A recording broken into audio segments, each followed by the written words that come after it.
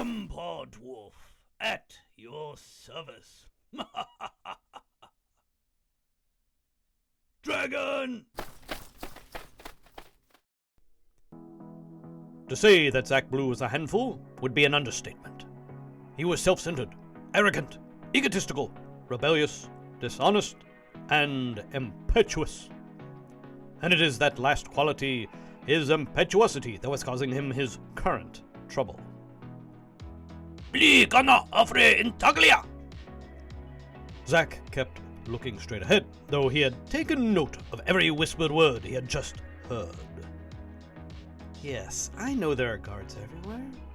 It's almost like there's an escaped convict on the loose that they expect to try and steal one of their precious spaceships.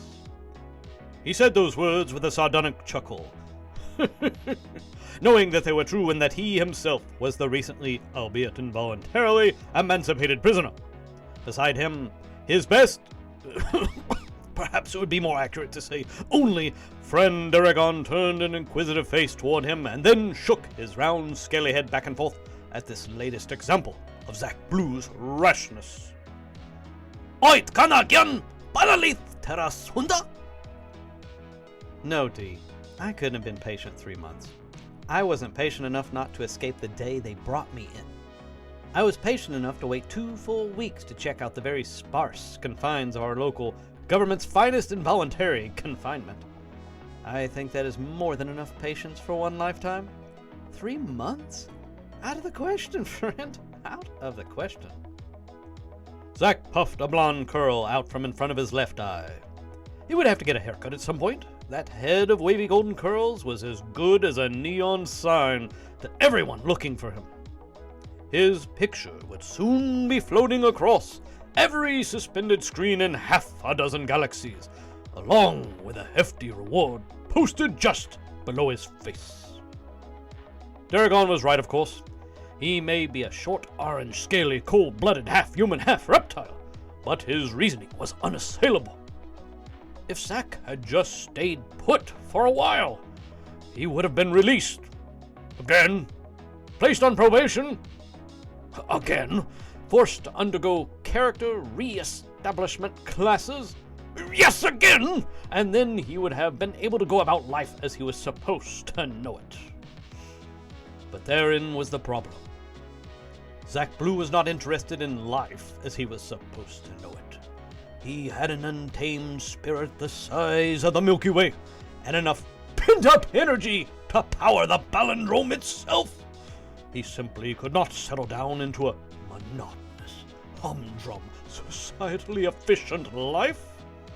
His parents, may they rest in peace, had known this by the time he was 3 years old when he dismantled the government-issued nutrition robot his family was assigned.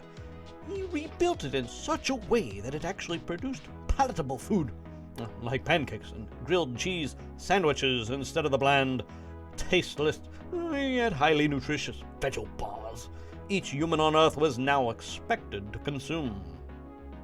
That brought Zach's first, but certainly not last, visit from the Planetary Efficiency Team, PET for short.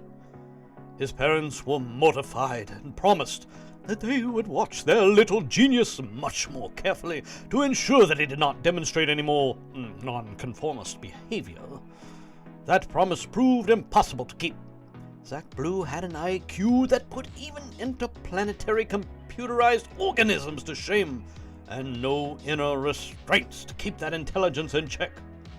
He built personal airpods that were faster than inner atmosphere speed limits. He had the entire East Sector's trash sent to City Hall with the touch of a button.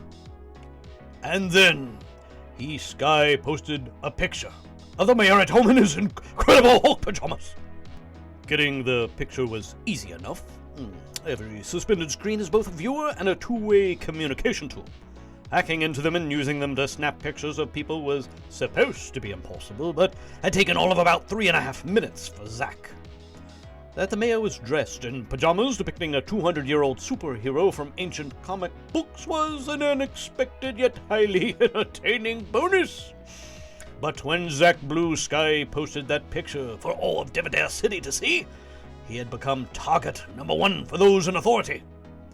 That began a series of confrontations, many of which were, in fact, his fault, but quite a few of which were not.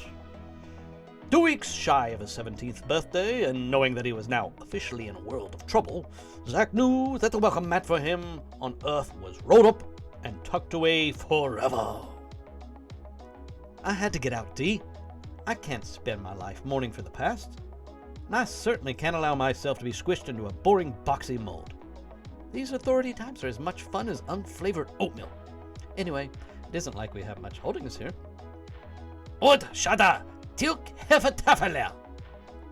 Thank you for that impromptu sermon, Pope Pumpernickel. Yes, I know I shouldn't have stolen that transmuter. I figured that out when I got arrested yet again, thus necessitating my escape. But if I hadn't stolen the transmuter, I wouldn't have been able to perfect my portable slide drive. Und Hypera Lova et Gi Telesopa. I better hope it is perfected. What does hope have to do with anything? Facts are facts. I am a human. You are a Tark. Water is wet.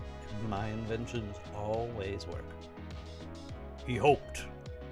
Because if it didn't, 3 months in local confinement would seem like a walk in the park. He knew that his escape alone was good for 2 years. Yet he had been willing to risk that rather than waste 3 months in lockup. And once he took that spaceship, he could count on 20 years if he was ever caught. He could not afford a single mistake.